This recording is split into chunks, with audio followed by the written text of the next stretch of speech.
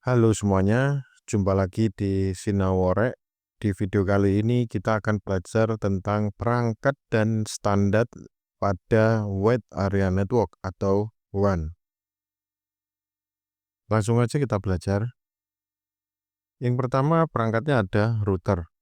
Router berperan sebagai penghubung utama antara jaringan lokal yaitu LAN dan jaringan berbasis luas atau WAN.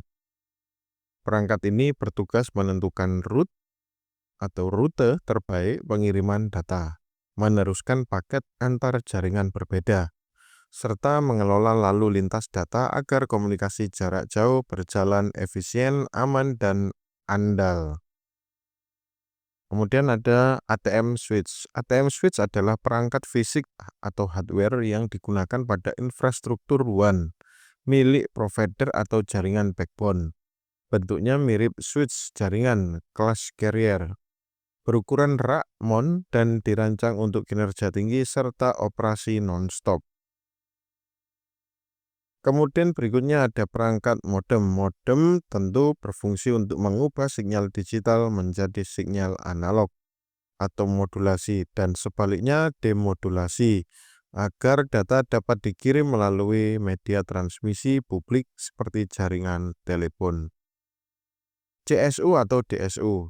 Modem berfungsi untuk mengubah sinyal digital menjadi sinyal analog dan sebaliknya agar data dapat dikirim melalui media transmisi publik seperti jaringan telepon. Peran mengubah data dari router agar sesuai dengan standar jaringan provider, menjaga sinkronisasi, framing, dan clocking data. CSU dan DSU berfungsi sebagai terminal jalur WAN digital, umumnya digunakan pada list line digital. Ini adalah perbandingan modem dan CSU. Jadi ada beberapa aspek yang dibandingkan, yaitu aspek fungsi utama, jenis sinyal, media jaringan, posisi dalam WAN, teknologi umum, dan penggunaan saat ini. Untuk modem, yaitu fungsi utamanya mengubah sinyal digital menjadi sinyal analog, jenis sinyal analog dan digital. Media jaringan telepon publik atau PSTN. Antara komputer dan router ke jaringan analog itu adalah aspek untuk posisi dalam WAN. Jadi posisinya dalam WAN dia berada di antara komputer atau router ke jaringan analog.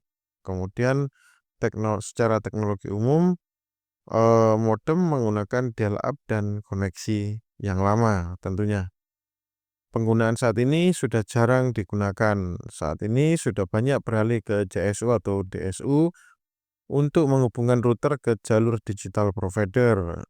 Jenis sinyalnya sinyal digital tentunya.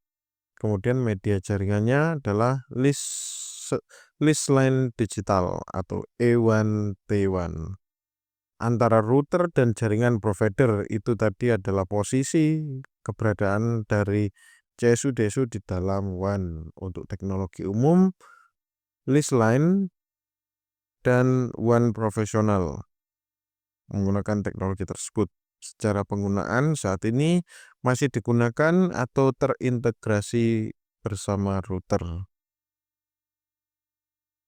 Kemudian ada communication server. Communication server berfungsi sebagai pusat pengelolaan komunikasi data yang melayani banyak pengguna atau perangkat dalam jaringan WAN. Perangkat ini mengatur akses, koneksi, dan lalu lintas komunikasi dari berbagai terminal atau jaringan cabang agar terhubung secara efisien ke jaringan pusat. Kemudian ada multiplexer. Multiplexer adalah perangkat WAN yang berfungsi untuk menggabungkan beberapa sinyal data dari berbagai sumber agar dapat dikirim melalui satu media transmisi secara bersamaan. Tujuannya adalah menghemat bandwidth dan meningkatkan efisiensi penggunaan jalur komunikasi.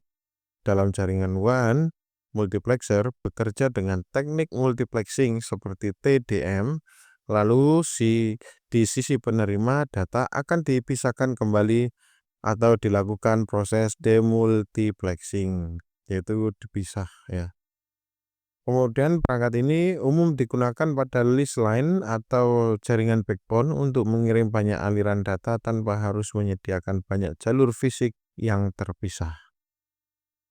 X.25 atau frame relay adalah teknologi packet switching pada jaringan WAN yang dirancang untuk komunikasi data jarak jauh dengan tingkat keandalan tinggi. Pada X.25, data dipecah menjadi paket lalu dikirim melalui jalur virtual circuit yang telah ditentukan sebelumnya. Dan ini juga memiliki X25 juga memiliki error checking dan error correction di setiap node, menjamin keakuratan data meskipun jaringan fisik kurang stabil. Kemudian cocok untuk jaringan lama dengan kualitas transmisi yang rendah. Kita masuk ke standar jaringan WAN. Jaringan WAN menggunakan model OSI, namun penerapannya berfokus pada layer 1 atau fisikal dan layer 2 yaitu data link. Standar WAN mengatur cara pengiriman data pada lapisan link serta membutuhkan lapisan data link seperti alamat fisik, aliran data, dan proses enkapsulasi agar komunikasi antar lokasi berjauhan dapat berjalan dengan baik tentunya.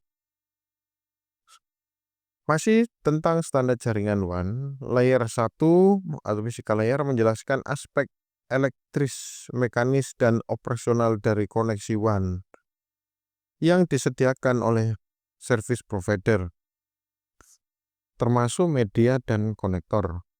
Layer kedua atau data link layer mengatur proses enkapsulasi data menjadi frame untuk dikirim ke remote site menggunakan teknologi seperti ISDN, frame relay, dan ATM dengan mekanisme framing seperti HDLC atau triple P.